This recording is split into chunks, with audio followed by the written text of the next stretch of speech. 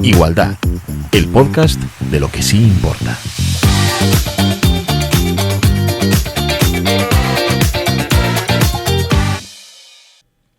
Bueno, buenos días, bienvenidos y bienvenidas a la tercera temporada de Igualdad, el podcast de lo que sí importa. Somos Alba y Mariana, alumnas del grado de Trabajo Social, y hoy nos encontramos con Jaime Burón, educador, investigador y profesor en la Universidad de Oviedo. Jaime ha tenido experiencia como educador en el Hogar de San José, en Gijón, trabajando con menores, y hoy nos va a contar un poco su experiencia en el ámbito, a reflexionar sobre la intervención con este grupo y ayudarnos a aclarar y desestigmatizar la experiencia y realidad de estos niños y niñas. Pues en primer lugar, Jaime, muchas gracias por estar aquí hoy y ofrecernos un rato de tu tiempo y compartir tus ideas con nosotras. Muchas gracias a las dos por invitarme, es un placer estar aquí y bueno, aquí estoy para responder a todo lo que podamos comentar sobre este tema. Pues nos gustaría empezar un poco preguntándote sobre tu experiencia como educador en el hogar y pues cómo era tu día a día allí. Bueno, pues mi experiencia como educador la recuerdo como una etapa muy importante en mi vida y creo que es algo que me ha reconfortado y creo que es algo muy importante en cómo soy, en la forma de ser y en mi día a día, porque es algo que ahora mismo estudio excedencia, pero es algo que me siento identificado con ello, es algo que me parece que es un trabajo muy reconfortante, muy bonito, es un trabajo difícil y que tiene no sé decirlo, coste emocional, pero bueno, que tiene unas exigencias emocionales importantes, pero es algo que recuerdo con mucha cercanía y que sigo sintiéndome parte un poco de esto. Nos gustaría que nos explicases cuáles eran tus tareas principales trabajando en estos centros.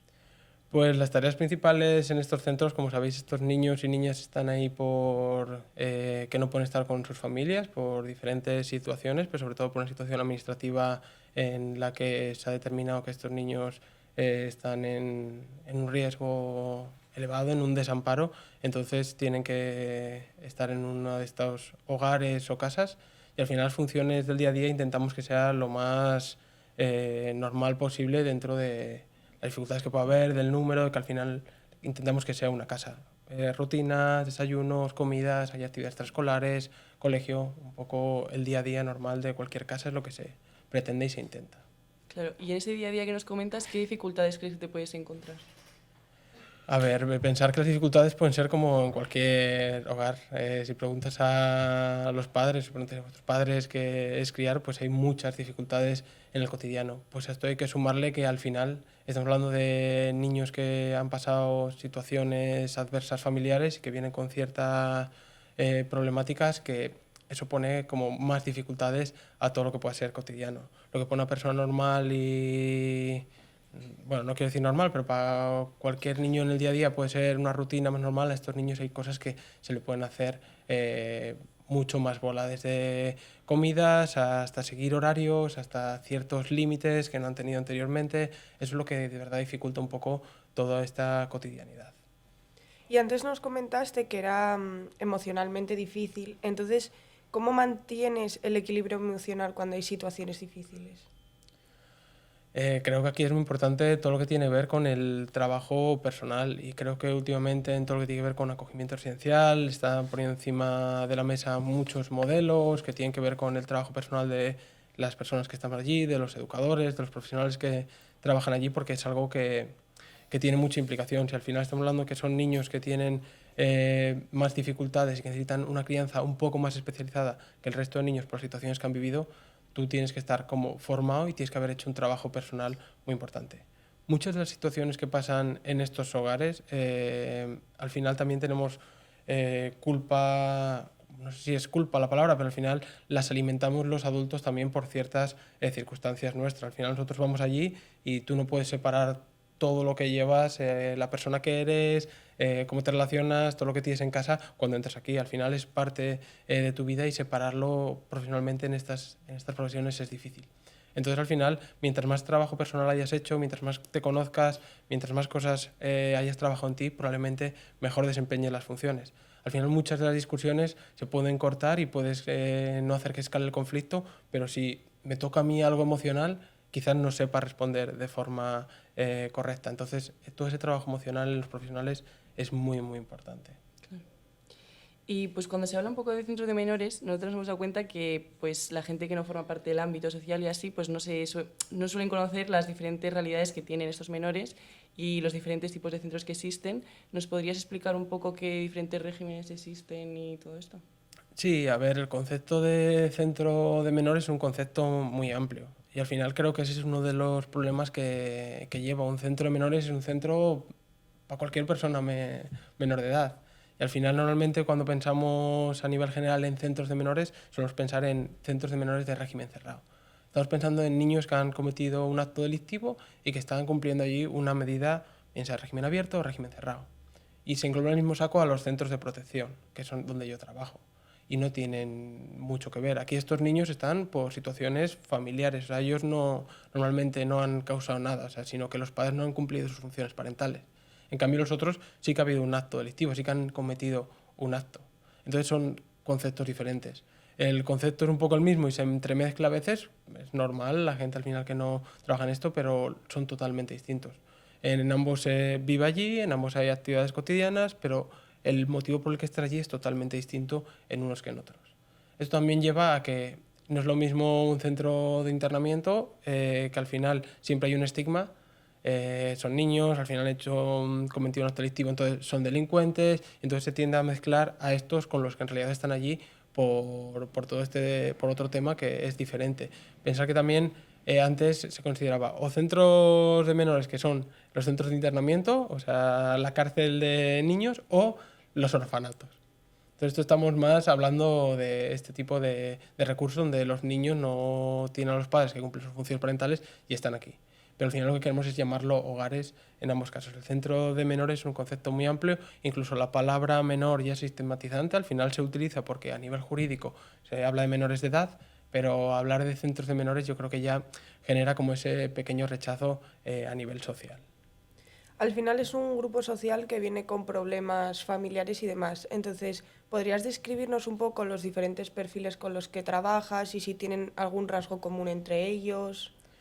Sí, a ver, es muy difícil establecer un perfil en estos niños porque al final también está todo lo que tiene que ver con el principio de individualidad y cada caso es totalmente único, pero lo que se ha visto en investigaciones y cuando hemos ahondado un poco, cuando hacemos recogidas de datos en estos recursos, lo que más vemos y lo que se establece es que estos niños tienen normalmente problemas emocionales. Bien sea de autoestima, bien sea de bienestar, bien sea de dificultades emocionales. Cuando les pasamos prueba nos damos cuenta que estos niños, al haber vivido situaciones normalmente en etapas primarias y en la edad temprana, normalmente eso tiene una repercusión emocional importante. Y aquí hablamos mucho también de trauma. El porcentaje de niños cuando eso es, en las últimas investigaciones se ve que hay un alto porcentaje de niños que están en acogimiento residencial que han vivido situaciones traumáticas. Puede ser más graves, menos graves, puede ser trauma primario, puede ser trauma más severo, pero son situaciones traumáticas que esto tiene una implicación en el día a día y luego una implicación que tiene un coste que van arrastrando durante todo este tiempo. Eso podría ser un poco el perfil. Antes que hablamos también de centros, pensar que en los centros de menores, cuando hablamos en régimen cerrado, cuando hablamos que es por una medida judicial, pensar que los niños imputables son de 14 a 18 años. En cambio, en estos hogares, normalmente, según la ley, tienen que estar de los 6, a partir de los 6 a los 18. La realidad a veces es distinta porque hay grupos de hermanos y tenemos a niños más pequeños. Entonces hay casos en los que pueden estar desde los 0 hasta los 18 años, es la horquilla. La horquilla es totalmente distinta. Estamos hablando de adolescentes, 14-18, estamos hablando de niños en toda su etapa vital, desde los 0 hasta los 18. Lo que nos dice la ley es que a poder ser en los primeros años, si se dan estas situaciones, que vayan a acogimiento familiar siempre que se pueda. Hay que intentar primar esa medida antes que el acogimiento residencial. Pero cuando no se puede, siempre pueden ir como excepción al acogimiento residencial. Entonces es un poco el perfil. No es un perfil delimitado, pero bueno, estamos hablando que cada vez también hay el mismo número de niños que de niñas. No es algo, en cambio, los centros judiciales normalmente sigue siendo mayoritario por parte de niños. Aquí no. Es grupos de hermanos, depende un poco de las características. Claro. Y con este perfil que nos comentas, ¿qué tipo de prejuicios crees que existe en la sociedad sobre estos centros y los menores que viven en ellos? ¿Y crees que les afecta y cómo lo hacen y la intervención con ellos? Sí, yo creo que al final es muy estigmatizante. O sea, intentas que sea lo más normal posible, pero pensar que luego ellos, a la hora de generar su identidad, suyo, ellos tienen que decir dónde viven, cuando te acompaña alguien a casa, no poder invitar a alguien, muchos se lo intentan guardar y no decir dónde viven, otros hacen todo lo contrario y lo cuentas desde el principio, porque al final también es una forma de relacionarse. Si yo confío mucho en ti y te doy toda esta información y esta confianza, así intento que no haya esta ruptura. Son niños también que han vivido ciertas rupturas, han vivido una separación, han vivido cierta disfuncionalidad en sus hogares, entonces también las formas relacionales son distintas. Yo creo que aparte por la sociedad existe un estigma. Pues yo creo que al final en el contexto social los padres y demás ven a estos niños como problemáticos, como que vienen de familias que tienen situaciones difíciles y problemáticas, entonces tienden más a aislarse, es más difícil hacer amigos, el contexto social, la sociedad creo que no ayuda. Y todo lo que hablábamos antes creo que tampoco, al final se les mete en el mismo sacos y al final son niños y niñas. Siempre hablamos de menores, pero es lo que digo siempre, todos hemos ido a un colegio y no hemos ido a un colegio de menores, hemos ido a un colegio normal de niños y niñas. Entonces al final también el concepto es como estigmatizante. Lo empezamos a usar los profesionales porque al final tiene que ver con lo administrativo, tiene que ver a veces con lo judicial, entonces un término utiliza judicialmente, entonces nosotros como profesionales sí que a la hora de redactar informes y demás lo hemos utilizado, pero eso ha transgredido y al final lo hemos sacado y ellos mismos cuando hacemos entrevistas a veces hablan de no, es que a los menores, entonces creo que es algo duro para nosotros, o sea, que ellos mismos se llamen a sí mismos menores, o sea, es como ya una etiqueta propia que la sociedad no ayuda a que estos niños se integren. Queríamos centrarnos un poco en nuestro ámbito, que es el trabajo social. Entonces, ¿nos podrías describir cuáles son las funciones de un o una trabajadora social en este tipo de centros? Bueno, este tipo de centros va a depender si estamos hablando de en el cotidiano y dentro del centro, si está la figura de trabajador social o no, que puede ser, y a veces está y otras veces no. A veces hacen funciones de más de coordinación y luego la función de lo que tiene que ver con el día a día, con el cotidiano, la suele ejercer la figura de educador. El papel del trabajo social en este ámbito es relevante, no, es trascendental. Al final es la parte que en los servicios sociales comunitarios trabaja con la familia normalmente antes de que lleguen a los servicios especializados y haya un desamparo. Son las que las profesionales del trabajo social son las que determinan si hay desamparo o no y determinan si hay una separación familiar o no, y todo esto que tiene que ver con referentes de caso que se lleva desde la administración suelen ser trabajadores y trabajadoras sociales normalmente. ¿Y tú como educador en estos centros qué retos del trabajo social observaste? Creo que retos, o sea, al final creo que lo que necesitamos es una coordinación mucho más amplia. O sea, al final no podemos limitarnos a que desde la figura de educador o desde los programas y los propios centros nos dediquemos solo a estar con los niños, que la técnico de caso tenga un porrón de casos y al final no tenga un contacto mucho más directo con nosotros, limitarnos a informes de cada 6 meses y no tener un trato mucho más cercano. Está el reto de la familia. Al final también hay un estigma muy grande porque estos niños están aquí por todas las causas familiares que les ha causado todo este daño, este malestar, y bueno, porque al final incluso podemos estar hablando de que son actos hasta en algunos casos delictivos, o sea, por eso están aquí. Entonces, para nosotros es muy difícil el hecho de trabajar con las familias si se trabaja desde servicios sociales comunitarios, lo trabajan los trabajadores sociales de base. Entonces, como que delegamos todo allí y no tenemos esa cercanía, esa vinculación, creo que nos falta coordinación. Y creo que también nos falta hacer un poco de evaluación personal, de la perspectiva que tenemos nosotros de las familias de dentro, de lo importante que es la familia para estos niños, independientemente de la situación que hayan hecho, y también quitar un poco esa presión a la familia. No sé si nosotros en esa circunstancia lo hubiésemos hecho mejor o peor. Creo que no hay que juzgar, creo que los niños y las familias para estos niños son muy importantes y lo van a seguir siendo durante toda su etapa vital. Entonces lo que tenemos que intentar es ayudar al niño a integrarlo y trabajar en coordinación con eso, con servicios sociales de base, que son con los que trabajan con la familia en caso de que haya propuesta de reunificación, y también con los servicios sociales especializados y con las trabajadoras sociales. Creo que tenemos que tener mucha más coordinación que en el cotidiano. No, tú te limitas a trabajar con la familia, tú eres la referente de caso del niño, entonces tú eres la que gestiona todo administrativamente y yo me dedico a criarlo. No, en un contexto mucho más funcional y en un contexto más familiar, todo esto está mucho más engrasado y funciona, creo que mucho mejor. Entonces creo que ahí hay un reto muy importante. Respecto a la coordinación, ¿cómo se iniciaría ese círculo de coordinación en el momento en que te llega un caso al centro? Bueno, normalmente te llega un caso al centro cuando llega un caso ya venido de otro centro previo. O sea, dentro de los programas de acogimiento residencial hay varios tipos y normalmente los niños pasan por primera acogida. Entonces ya hay un trámite administrativo, ya ha habido normalmente hay una referente que se le ha asignado el caso, ya hay un expediente. Entonces a ti te avisan, te informan y llega el niño a tu recurso. A nivel de coordinación, a ti ya te han avisado, entonces tú ya tienes su referente de caso, tú ya tienes su informe y tú al mes ya tienes que mandar un informe de cómo ha sido el proceso de adaptación de ese niño.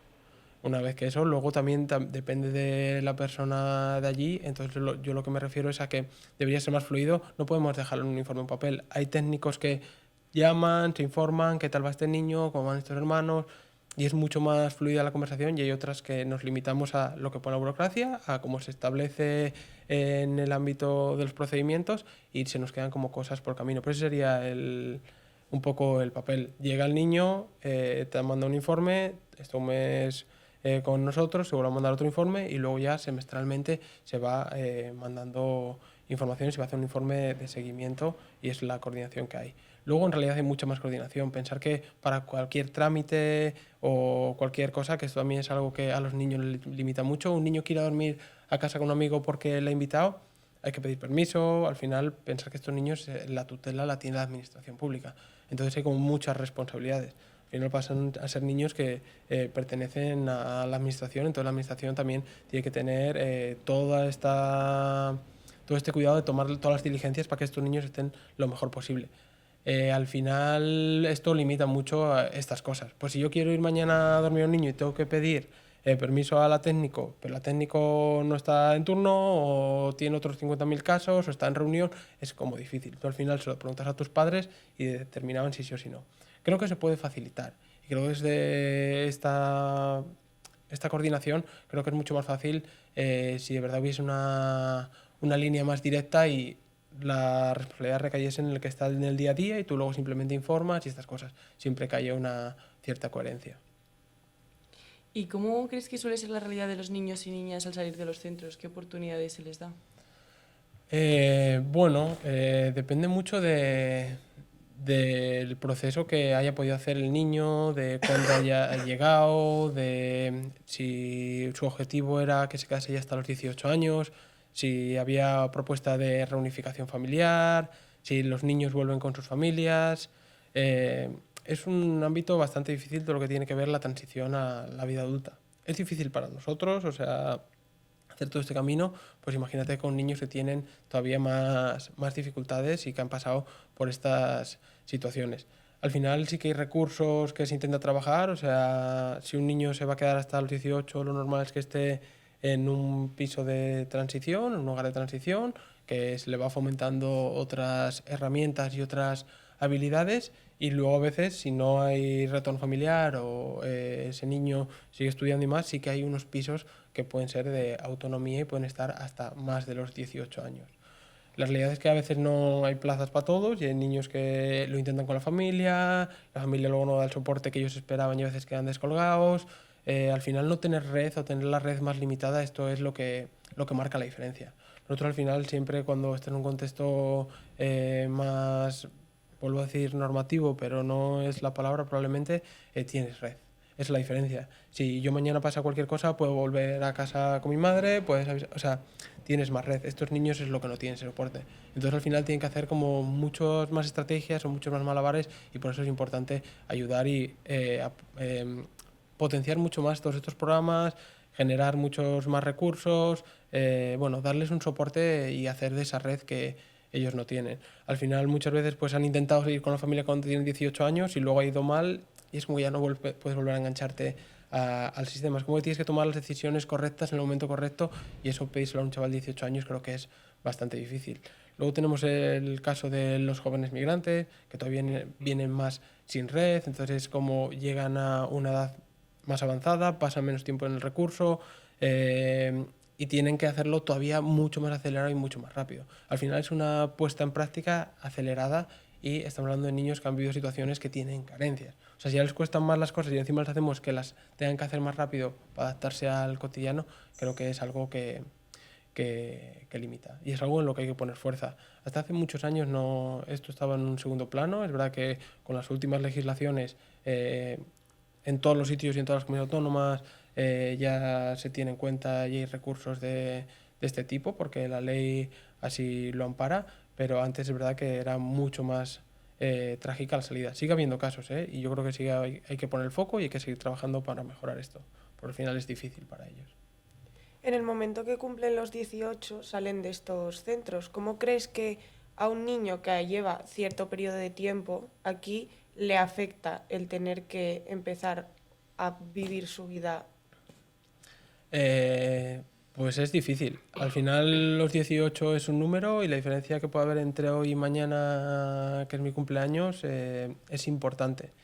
Pero pensar que es un poco lo que se intenta suavizar, que no sea el número, que no sea cuando cumple los 18 años, que pueda haber un proceso de adaptación, que no tenga que ser el mismo día, que se vaya trabajando poco a poco, que pueda ir a ver el otro recurso en caso de que se esté allí, que se pueda hacer, si va a ir a la familia, contactos con la familia, o que puede ir ciertas cosas pautadas, pues va saliendo más los fines de semana, va teniendo más contacto, vamos observando cómo se adapta y cómo no. Al final es muy difícil. Y también pensar en todos los vínculos que ha generado esa persona.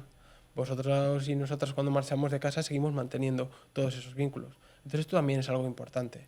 O sea, al final nuestros niños y los niños con los que trabajamos no dejan de ser personas y si han vinculado con nosotros, pues es algo que yo creo que hay que intentar potenciar, que hay que seguir, que hay que preguntar, que hay que, mantener un poco para hacer esa transición un poco más amortiguada. Pero sí es verdad que al final es algo que les genera nerviosismo, cuando llega la fecha esa incertidumbre, otra vez cambio de centro, porque muchos ya han pasado por muchos centros, no sabes con quién vas a vivir. Imaginaos que mañana en la habitación de al lado de vuestra casa entra una persona que no podéis elegir y porque sí, o sea, ya es difícil a veces compartir y todo el cotidiano genera ciertas dificultades, pero imagínate que llega alguien que ni siquiera sabes quién es ni por qué circunstancias y que tú no puedes elegir. Pues esto al final también suma esa incertidumbre. Al final, luego, pues muchos no han podido estudiar lo que querían, o les ha costado más, o ha habido retraso escolar porque no había escolarización de pequeños, o porque ya llevan atraso acumulado, entonces no tienen las mismas oportunidades. Y al final es como hacerles y que funcionen muy rápido, y a veces ellos llevan un proceso que necesitaría que fuese más lento. Y desde tu experiencia, ¿nos podrías decir algún caso que te haya marcado especialmente? Muchos, a ver, o sea, al final pensar que, los niños al final son tus niños, o sea, y la realidad también, o sea, por no pintar todo con feo, es que la mayoría tiran para adelante y a todos les suele ir, o sea, todos no, pues hay circunstancias, pero la mayoría les va bien. Ellos generan todo esto que ahora conocemos como resiliencia, ellos tienen sus habilidades y al final, antes o después, acaban desarrollando herramientas y técnicas para tirar para adelante. Antes de ayer me encontré con uno por la calle que ya está trabajando, que te pita, que se baja el coche a saludarte, a darte un abrazo, y al final esto es con lo que te quedas y con lo que te reconfortas. Los casos que más te llegan probablemente son los casos más difíciles o los casos donde ves más daño y más dolor en los niños. Pues casos en los que la familia ha cometido lo más fuerte que puedes hacer, que son abusos sexuales a niños muy pequeños, que les ves que tienen todavía más dificultades, creo que son los casos como que más te tocan porque también son los que emocionalmente más dificultades te presentan y los que más te llenan. No te sabría decir un caso así. Es verdad que hay niños con los que generas más vínculo y los sigues llevando y les sigues llamando y sigues hablando con ellos y sigues viéndolos, pero no es algo... Es como todos y yo creo que los que más te tocan son los más difíciles, por decirlo así, porque también son los que más puedes llegar a empatizar. Claro, y por último, pues te queríamos preguntar un poco qué crees que te ha enseñado a trabajar en este ámbito y qué consejo pues darías a futuras profesionales, pues como nosotras, por ejemplo, que igual nos gustaría trabajar en este ámbito, y si te gustaría pues transmitir algún mensaje a todos nuestros y nuestras oyentes. Pues la verdad que, o sea, creo que trabajar en este ámbito a mí lo que me ha aportado, es, no sé, mi forma de ser. Creo que al final te construyes también trabajando aquí, el día a día, el cotidiano. Pasas situaciones muy buenas, pero al final no dejas de estar criando niños y niñas. Al final el día a día, el cotidiano, todos los buenos momentos. Claro que lo hay malos, pero luego esos malos se tapan con otras cosas que son buenas, ver los éxitos, ver todas estas cosas. Y para los profesionales y futuros profesionales que tenéis que trabajar aquí, lo que les diría que hacer los procesos como mucho más humanos, que haya mucha más coordinación, que haya mucho más vínculo entre los adultos para que pueda haber vínculo entre los niños. Estamos hablando de vínculo profesional, por supuesto, pero esa cierta cercanía, ese facilitar las cosas, ese pensar en los niños, ese dejar un poco... la burocracia es muy importante y la vamos a hacer, la vamos a rellenar porque es muy importante sistematizar, registrar.